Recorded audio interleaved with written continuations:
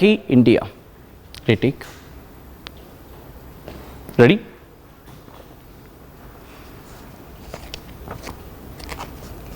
నమస్తే, welcome to RTV. నేను సచిన్.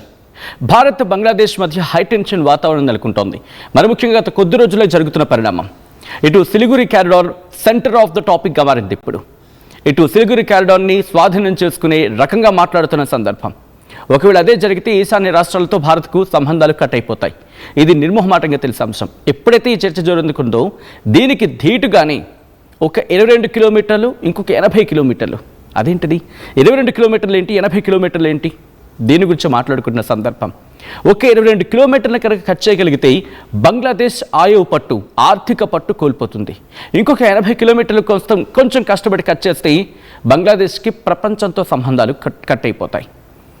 మనకి సిలిగురి క్యారిడార్ కాదు, వాళ్లకున్న కీలకమైన ప్రాంతం కట్ అయిపోతుంది. ఇంకా భారతదేశానికి ఇంకా స్పేషియస్గా ఉంటుంది, ఇంకా ఆ స్థలం కాస్త చేతుల్లో ఉంటుంది. ఇది వినిపించే మాట.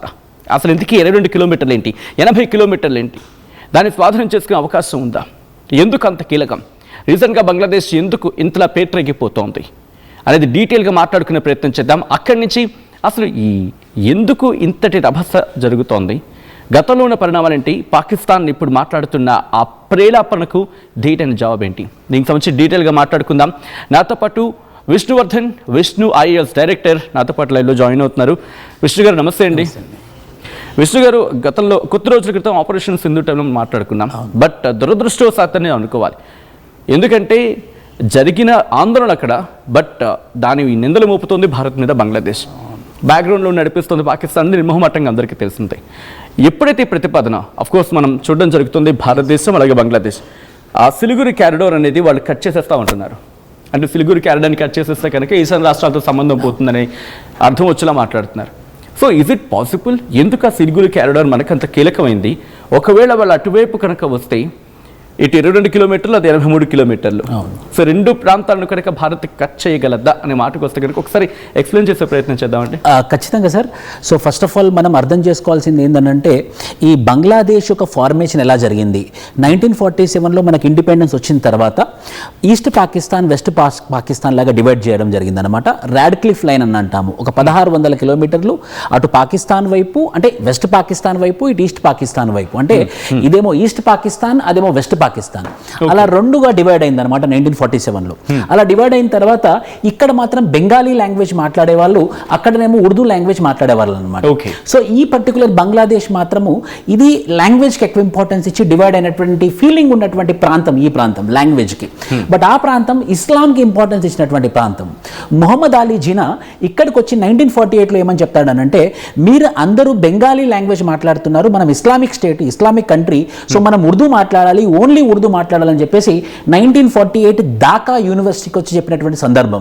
ఈ సందర్భంలో అప్పుడు ఏమన్నారంటే 1952లో లేదు, 1948 నుంచి 1952 వరకు జరిగిన గొడవలలో 1952లో ఢాకాలో ఏమి డిక్లరేషన్ వచ్చిందంటే, లేదు మాది బెంగాలీ లాంగ్వేజ్, మేము ఇస్లాం అయినప్పటికీ కూడా మాది బెంగాలీ లాంగ్వేజ్ అని చెప్పేసి చాలా పెద్ద గొడవలు జరిగినాయి. జరిగి ఈ సందర్భంలోనే షేక్ ముజీబుర్ రెహమాన్ అనే పర్సన్ ఒక లీడర్ లాగా ఎదిగాడు అనమాట.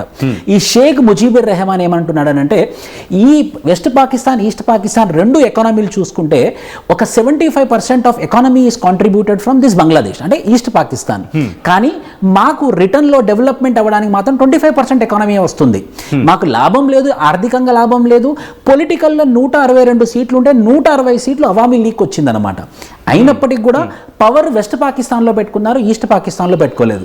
సో ఈస్ట్ పాకిస్తాన్కి ఆర్థికంగా కానివ్వండి, లేకపోతే రాజకీయంగా కానివ్వండి, ఎలాంటి బెనిఫిట్ లేకపోవడం వల్ల ఇక్కడ ఒక మూమెంట్ అనేది పుట్టింది. ఏంటి, సపరేట్ కంట్రీ, బంగ్లాదేశ్ ఒక సపరేట్ కంట్రీ అనే మూమెంట్ పెరిగి అది కాస్త 1971కి వచ్చేసరికి ఆపరేషన్ సర్చ్ లైట్ అని వెస్ట్ పాకిస్తాన్ వాళ్ళు ఈస్ట్ పాకిస్తాన్ మీద యుద్ధం ప్రకటించారు, జెనోసైడ్. ఆ జెనోసైడ్ అండ్ జెండర్ జెనోసైడ్, అంటే జెనోసైడ్ బెంగాలీలను చంపడము, హిందువులను చంపడము, ఇంటెలిజెంట్ పీపుల్ని చంపడము, ప్లస్ ఎవరైతే మహిళలు ఉన్నారో మహిళలు ఎక్కడికక్కడ రేపులు చేయడము, పురుషులు ఎక్కడెక్కడ చంపడము, అలా ఒక యుద్ధమైనటువంటి వాతావరణం ఏర్పడిన తర్వాత ఇక్కడ ఉన్నటువంటి ముజీబుర్ రెహమాన్ ముక్తి బాహిని అని ఒకటి క్రియేట్ చేసి మనకి ముక్తి రావాలి, ఆ వెస్ట్ పాకిస్తాన్ నుంచి మన ముక్తి రావాలని చెప్పేసి ఒక మూమెంట్ తీసుకుని వచ్చి ఇండియా ఒక హెల్ప్ అడిగాడు. అప్పుడు ఇండియా ఆపరేషన్ జాక్పాట్ అని స్టార్ట్ చేసి ఈ ఆపరేషన్ జాక్పాట్ ద్వారా ముక్తి బాహినిలో ఉన్నటువంటి పీపుల్కి ట్రైనింగ్ ఇచ్చి వెస్ట్ పాకిస్తాన్లో ఉన్నటువంటి ఆర్మీ మీద యుద్ధం ప్రకటించి చివరిగా 1971లో మనకి వీళ్ళకి బంగ్లాదేశ్కి ఇండిపెండెన్స్, ఈస్ట్ పాకిస్తాన్కి ఇండిపెండెన్స్ వచ్చినటువంటి సందర్భం. అప్పుడు ఫామ్ అయినటువంటి దేశమే బంగ్లాదేశ్.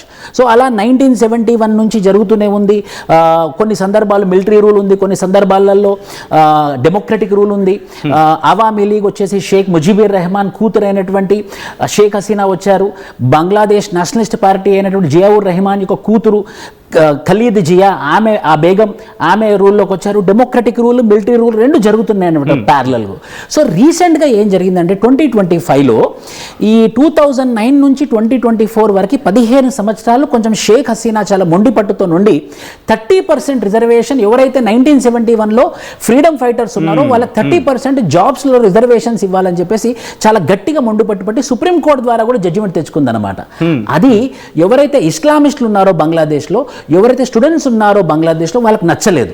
సో అలా ఎవరైతే డిస్కంటెంట్ తోని, అన్ఎంప్లాయ్మెంట్ తోని ఉన్నటువంటి యూత్ బయటకు వచ్చి మాట్లాడడం మొదలుపెట్టిన తర్వాత జమైతీ ఇస్లాం అనే ఒక ఇస్లామిక్ మూమెంట్, జమైతీ ఇస్లాం అనే ఒక ఇస్లామిక్ సంబంధించినటువంటి గ్రూప్ ఈ స్టూడెంట్స్ కి సపోర్ట్ ఇచ్చేసి ఎలా అయినా సరే షేక్ హసీనాని ఇక్కడి నుంచి తరిమి కొట్టాలి, ఈ షేక్ హసీనా గవర్నమెంట్ లేకుండా చేయాలి అని చెప్పేసి షేక్ హసీనా మీద యుద్ధం ప్రకటించారు. అదే జూలై రెవల్యూషన్ అని అంటాము. సో జూన్లో స్టార్ట్ అయ్యి జూన్లో 2004లో అంతిమంగా మారి మొత్తం కంట్రీ మొత్తం స్టూడెంట్స్ చేతిలో 24లో స్టూడెంట్స్ చేతిలో వచ్చినటువంటి సందర్భం.